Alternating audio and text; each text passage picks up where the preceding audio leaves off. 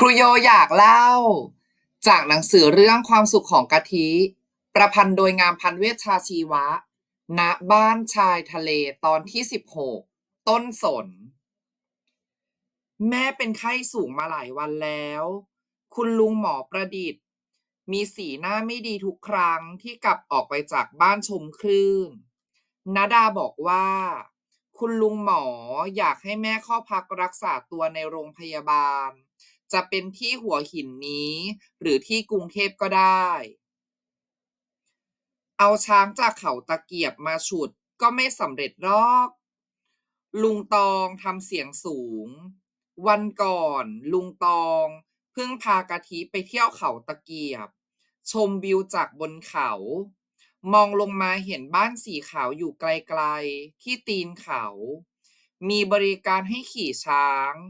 ซึ่งลุงตองบ่นตลอดเวลาว่าผิดที่ผิดทางแต่ก็มีลูกค้ามาใช้บริการให้เห็นประปรายชาวต่างประเทศก็มีลุงตองบอกว่าประเดี๋ยวควานช้างก็พาไปฆ่าชิงทรัพย์ในป่ากันพอดีนักการกระซิบบอกกะทิว่าโชคดีที่ลุงตองไม่ได้ทำงานการท่องเที่ยวไม่อย่างนั้นคงทำประเทศชาติสูญเสียรายได้จากต่างประเทศเพราะความไม่ไว้ใจผู้ประกอบธุรกิจบริการรายย่อย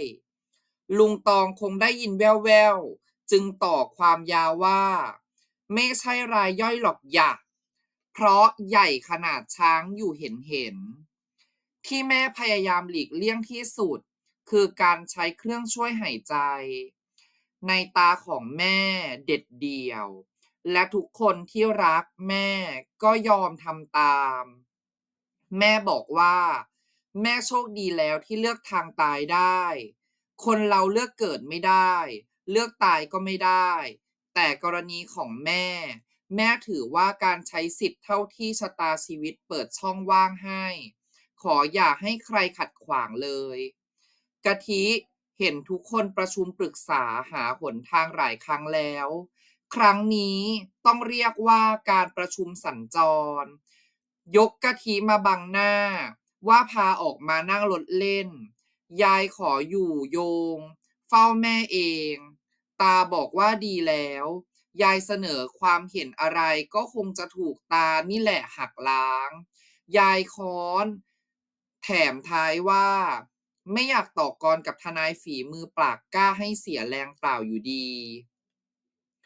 การขับรถเล่นมาสิ้นสุดปลายทางที่สวนสนต้นสนยืนต้นตรงดูแข็งแรงร่มครึ้ม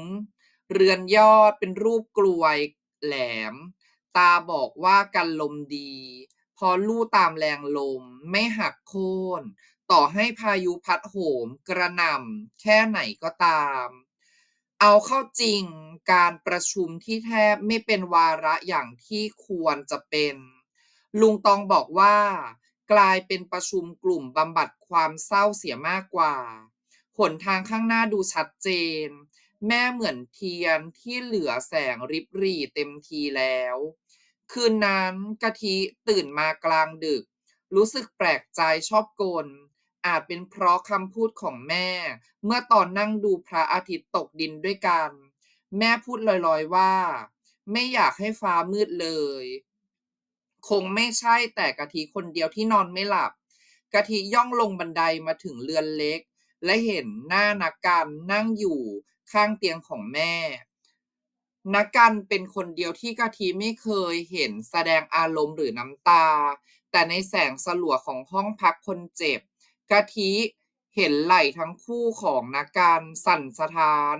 สุดท้ายกะทิเห็นหน้านักการซบหน้าลงข้างตัวของแม่อยู่เนิ่นนาน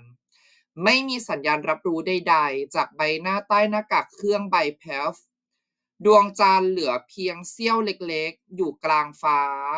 เงาต้นสนริมรั้วลู่เอ็นตามแรงลมน้อยๆนาทีเหมือนหยุดนิ่งจนกว่าดวงตะวันจะขึ้นอีกครั้ง